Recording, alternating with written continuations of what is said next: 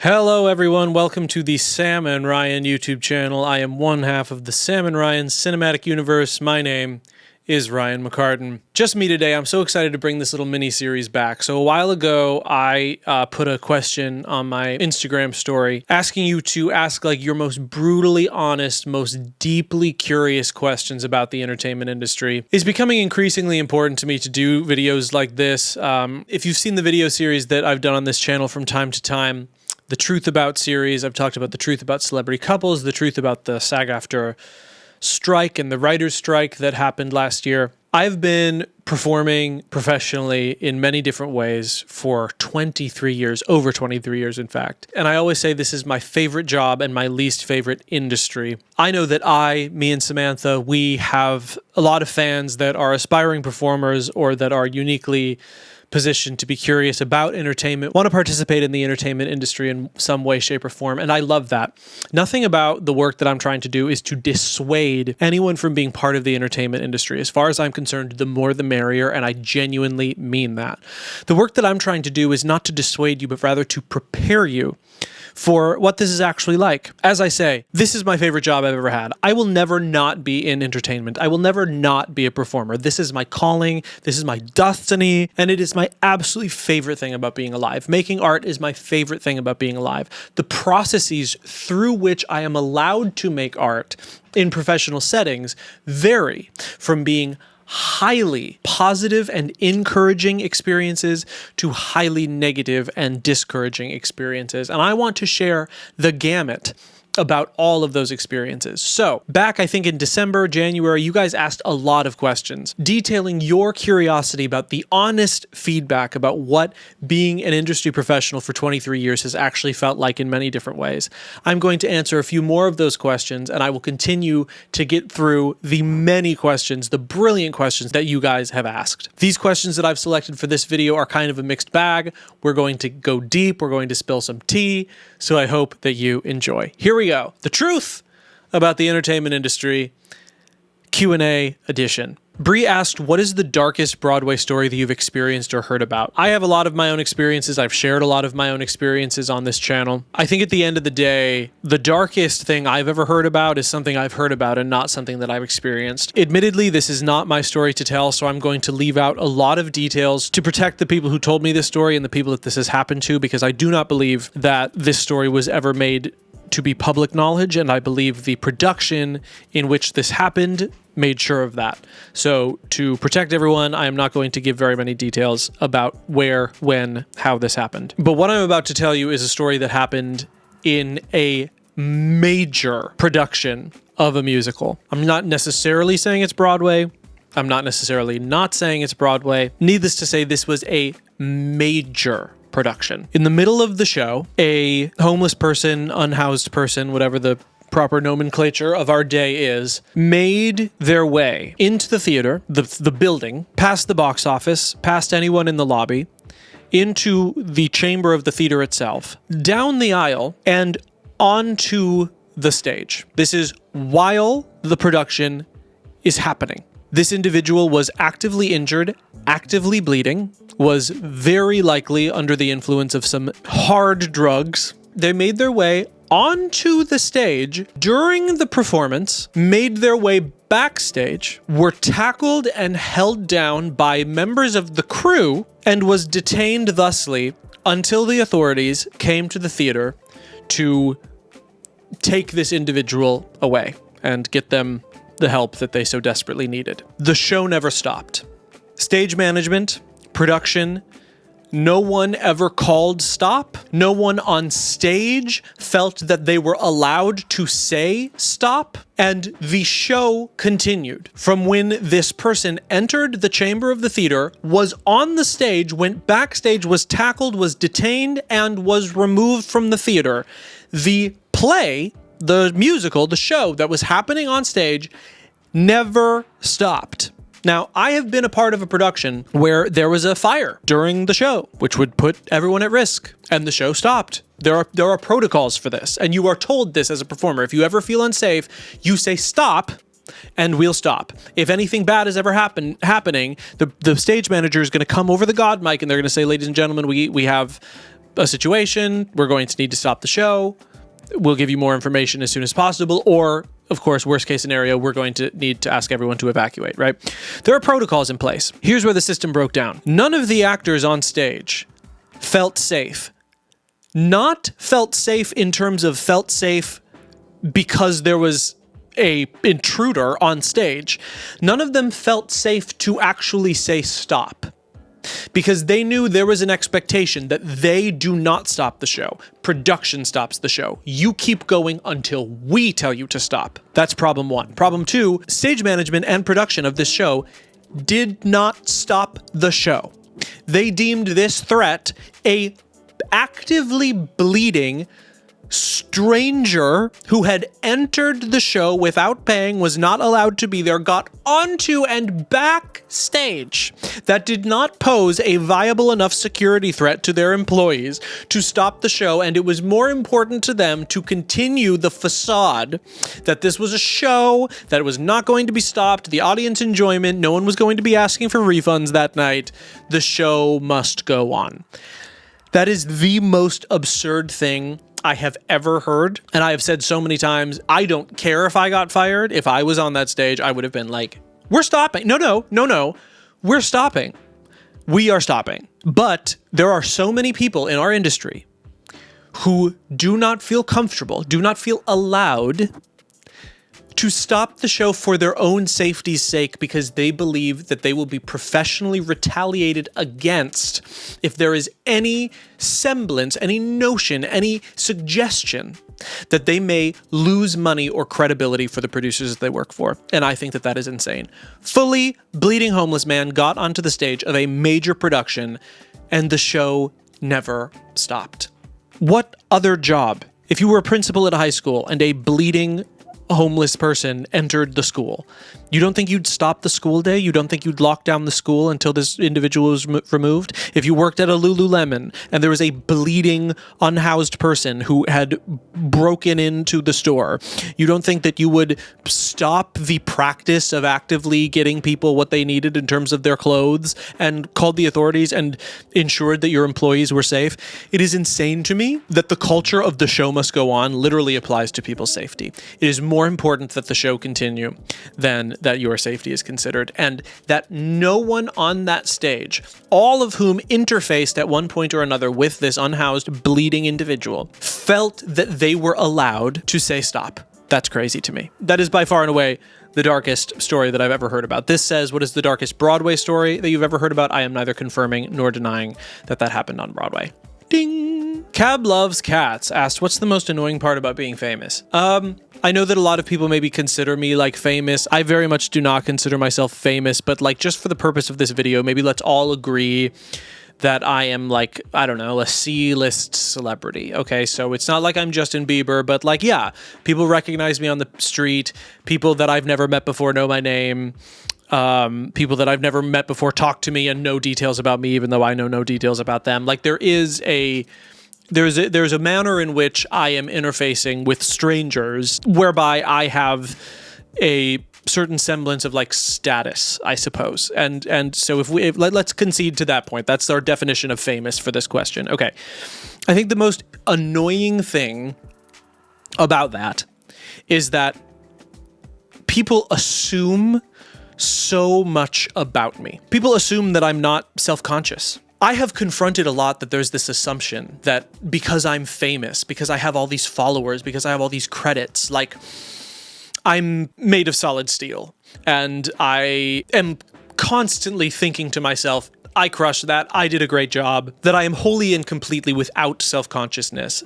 I am still very self-conscious. I am still constantly wondering if I'm doing good enough, if I am performing at the level that is expected of me. And I have had a lot of people say things to me too, like, oh, you know, I would compliment you about your performance, but your head is already big enough. I'm not going to tell you how good you are. You already know.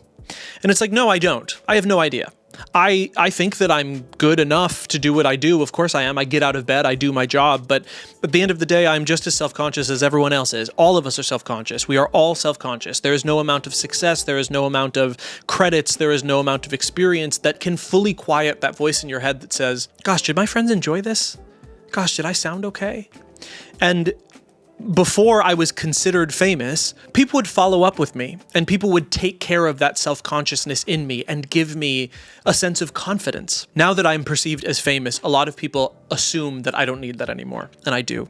There's also a lot of assumptions about my wealth that, oh, you've been on Broadway, you've been on Disney Channel, people pay you to host their events, you must just be absolutely nailing it. Now, am I poor? Absolutely not. But I have literally looked at the statistical breakdown, and I average, in terms of my income as a 30-year-old adult who has been on Broadway multiple times, who has toured the country with a Broadway show, who has been on Disney Channel, who has been on over 100 episodes of television. I average in the lower middle class. So I am in a shitty apartment in New York City where I've had mice infestations and have not had hot water, and it's still an apartment I can barely afford. Which is not to say like, woe is me. I have a great life, and I have money in the bank, and I have savings, and there are times where I book a big thing, and then I don't have to worry about money for a while, and that's great. I am very lucky, but I am not a millionaire. I do not have hundreds of thousands of dollars in the bank. Sometimes I do not even have tens of thousands of dollars in the bank. And what I am getting at, the most annoying part of being famous is actually the most annoying part of being perceived as famous, whereby individuals view my life in a way that is just not true. I am indeed quite self-conscious. I do still worry about money. I am still sometimes going from paycheck to paycheck. I am still sometimes worried where my health insurance is going to come from, how I'm going to make rent. I am not looking at the nicest neighborhoods in New York to find the coolest apartment that costs $1 billion because I can't afford to live in those neighborhoods. And I am not saying, woe is me, my life is terrible, my life is amazing, but the way that people perceive my life is that it's perfect because I have 1 million followers and I've been on Broadway and I've been on Disney Channel. And the fact of the matter is, I am working class. On the breakdown of what these titles mean, working class, middle class, upper class, high class, I am working class. I go from paycheck to paycheck often, and I have to subsidize my income in order to survive, just like most people do when they're working. To be on Disney Channel, to be on Broadway, to have the credits that I have, I want people to know that affords you a lower middle class lifestyle. And if you look at my life and you think I have some upper class lifestyle because I've been on Disney Channel, because I have these credits, that is simply not true. And that is not the way that the financial breakdown falls in my favor. And it's really important to me that people know that, because I think a lot of people assume that status and wealth are the same thing, and they're not. This is a potentially triggering one. The Murph asked, how much is sexual harassment and assault swept under the rug in the industry? I mean, I don't think I really have to explain this. We know about Harvey Weinstein. We know about all of these stories. Sexual harassment and sexual assault is prevalent in this industry. And it is because there is an artistic nature of this industry. There are so many intangibles. It is not uncommon for you to be at work with you and just the director until late hours of the night because you have to get the thing right because the piece is going up tomorrow. It's not uncommon to travel with people. It's not uncommon to be staying in hotels with people across the hall. Lines get blurred because of the nature of the business. We are dealing in intangibles. Artists deal in intangibles. And that is not a fundamental aspect about the job that is bad, but it is a fundamental aspect about the job that can be taken advantage of by bad people. I will close by saying I believe that you all know how much sexual harassment is prevalent in this industry, and I will share with you, I'm not going to name names, I'm not going to get into specifics, but I have been sexually assaulted at work 3 times by 3 separate men on 3 separate occasions. One of them was a repeating offense when I was a child. I know that's hard to hear. I know that's hard to stomach. I go to therapy. I am okay. I have never been sexually assaulted outside of work. I have been repeatedly sexually assaulted at work as an actor. It is a problem in this industry. I have felt very uncomfortable around women in senior positions, executives, designers. So it is not just men, but it is mostly men. And at the end of the day, it is an issue of power. And it is an issue of, like I say, the intangible nature of artistry, that you are spending a lot of times with people, you are unsupervised, there is not a lot of infrastructure to guarantee your safety. And that doesn't mean that you aren't safe, but it does mean that people who want to exploit the fact that people may not find out might. It is not for me to scare you away from this industry. It is not for me to scare you away from anything. It is for me to prepare you to be hypervigilant and to establish boundaries and to tell on people. If someone makes you uncomfortable, tell on them. And if it means you lose a job, good, you don't want to work for them. I promise you more opportunities will come. Don't do what I did. I kept my shit silent. I shouldn't have. I should have told. That is a lesson that I've learned, and since I've learned it, no one has crossed me, because if people try, they get in trouble. It's a problem, and the only way that we deal with it is if we deal with it head on. And that is my hope for anyone who engages in this type of work. Kiana asks, how toxic is the casting process really? I will give you an example from my career. Again, I'm not going to name names, but I was up for a high-profile Broadway show. This was a while ago. And they had me come in for an audition. They had me send a tape, then they had me come in for a creative session. I interfaced with the director a lot. It was going really, really well. I knew one of the supervisors in the music department. He actually gave me a call and told me, like, this is a very real possibility for you. The team loves you. I have a couple pointers for you. You know, he was really putting himself on the line to help me get this job, which I really appreciate. This industry is a lot about who you know. He ended up connecting with me with the director. I had a phone call with the director. We were able to interface. He was able to tell me exactly what he wanted. And what ended up happening was casting set up a session for just me, for me and no one else. We're going to have Ryan implement these notes. We're going to send this to the producers. This is all but a done deal. My agent was calling me saying, this is a very real possibility for you. They have told you what they wanted. All you have to do is deliver it. I put the tape together. We send the tape off. The feedback we get is he did exactly what we wanted. And then we didn't hear anything. I had my agents reach out, and the feedback that we got was, Ryan is perfect for this. We love him. At the end of the day, unfortunately, we are trying to get a major Broadway show off the ground, and we are going to probably end up making a straight offer to an A-list celebrity. And the person that they ended up citing was actually Nick Jonas. And they were like, Nick is on tour. It's not going to work with Nick Jonas, but someone of Nick Jonas caliber.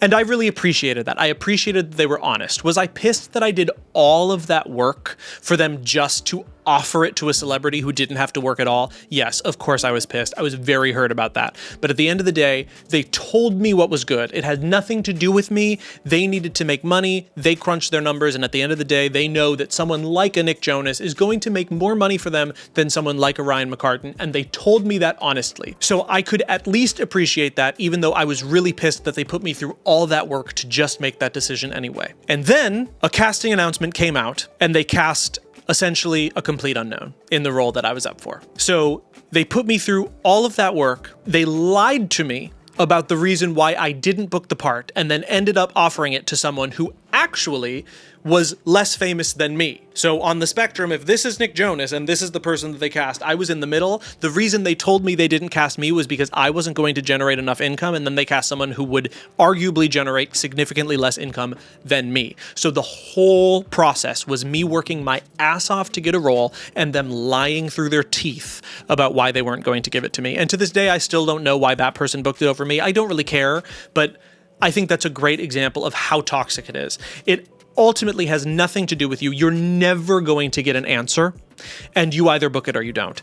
I have been lied to, like blatantly lied to, like I was in that story, so many times by casting, because at the end of the day, they're not going to tell you the reason, and you're never going to know. And if that deters you from continuing to try, you're not going to like this job. If you can get yourself to a place of, okay, this sucks, but I can accept this and move on, you're going to be fine. Because at the end of the day, at least you know the parameters in which you are playing. And if you can go to that place in your mind where these types of things don't bother you, and you can just stay the course and move on and go on to the next one and book the next project, then this is the right industry for you. But if you're trying to seek truth, if you're trying to seek justice, if you're trying to be in an industry that makes sense, not entertainment, honey, because it makes no sense and they don't tell you anything. And they will literally just lie to you because it's easier than telling you the truth, whatever the truth may be. Last one for this video, Joshua asks, what's the ratio of good agents to self-obsessed, greedy agents? I would say 100 to 1, and I'm not being glib. I am proudly represented by Gersh. I love Gersh. They're a big agency. I think that they do it really well.